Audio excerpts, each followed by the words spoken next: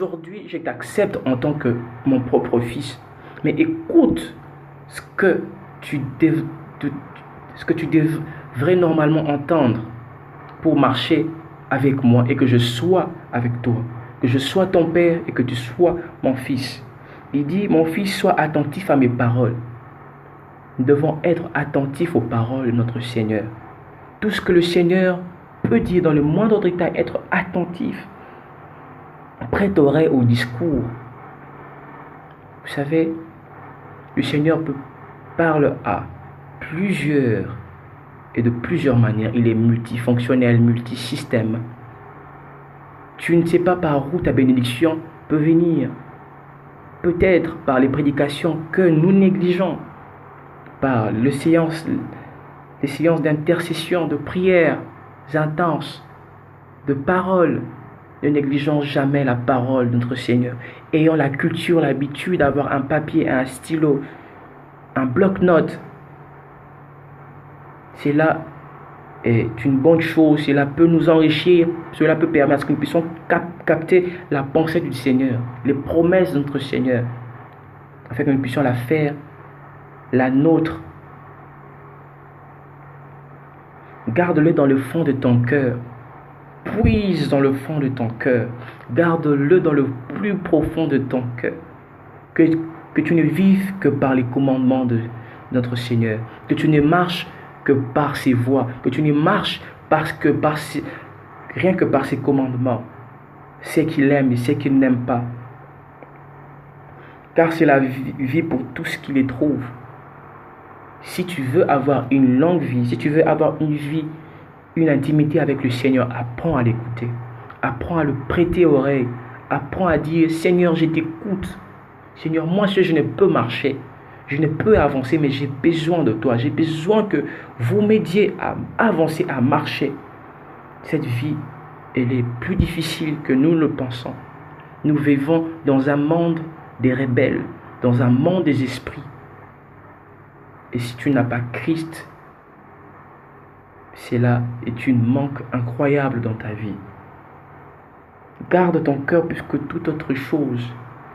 Là où le Seigneur vit, là où les promesses, la parole de notre Seigneur vit, dans le plus profond de notre cœur. Ayons et laissons la place que le Seigneur doit dans notre vie. Règne-t-il dans ta vie? Qu'est-ce qui règne dans ta vie? J'aimerais que tu te répondes dans le fond de ton cœur.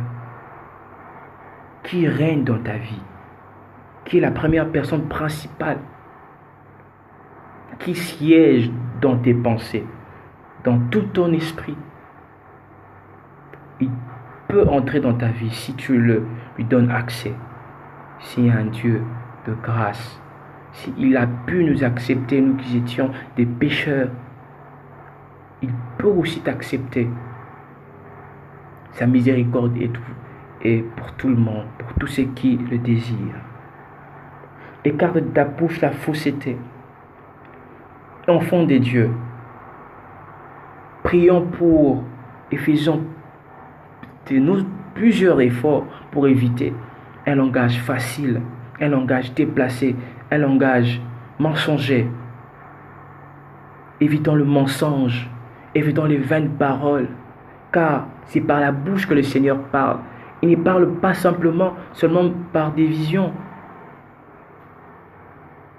par la pensée, mais il parle aussi à travers la bouche quand il déclare. Garde ta bouche. Garde ta bouche. On ne peut utiliser un verre sale. Le Seigneur est le liquide et l'eau qui apporte la vie, et nous qui sommes le récipient. Si le Seigneur dépose une pensée en toi, et que toi, tu n'es pas digne, même lorsque tu donneras cette parole, cette eau qui donne la vie au peuple, le peuple ne pourra accepter, car le récipient, ta vie ne peut être acceptée à cause de ton comportement, à cause de ton langage. Plusieurs se sont fait rejeter, non pas parce qu'ils Non pas parce qu'ils sont des criminels, mais parce que leur langage n'ont pas porté, ils n'ont pas fait garde à leur langage. Que tes yeux regardent en face et que tes paupières se dirigent devant toi, ayant un bon caractère, un caractère d'enfant de Dieu, un caractère respectueux, un caractère digne de lui, un caractère honorable. Nous devons être et ressembler au Seigneur, Yeshua HaMashiach. Lui ressembler totalement, lui donner sa vie totalement, marcher comme lui totalement, parler comme lui. On ne peut servir de maître. On ne peut être froid et chaud. Considère les chemins par où tu passes et que tes voies soient bien réglées. Considère considère ta marche. Tu tombes aujourd'hui, règle ta vie, règle ton intimité. Demande pardon, agenouille-toi de tout ton cœur. Demande la miséricorde. Tu tombes aujourd'hui, demande pardon. Il est toujours là, il est là pour te pardonner. Avec un cœur sincère, c'est lui qui sent le cœur et les reins, voit l'intimité, voit le désir. Tu tombes aujourd'hui, relève-toi. Il est encore temps. Rien n'est encore perdu. Tu peux redevenir ce que tu étais avant. Il suffit juste d'une chose, d'être sincère avec ce Dieu. N'incline ni à droite ni à gauche et détourne ton pied du mal. Si nous voulons être enfants de ce grand Dieu, de ce grand roi, celui qui nous a adoptés, celui qui a fait de nous des fils, des héritiers et des co-héritiers, nous devons être modèles. Nous devons marcher selon les prescriptions, selon les commandements de notre Seigneur.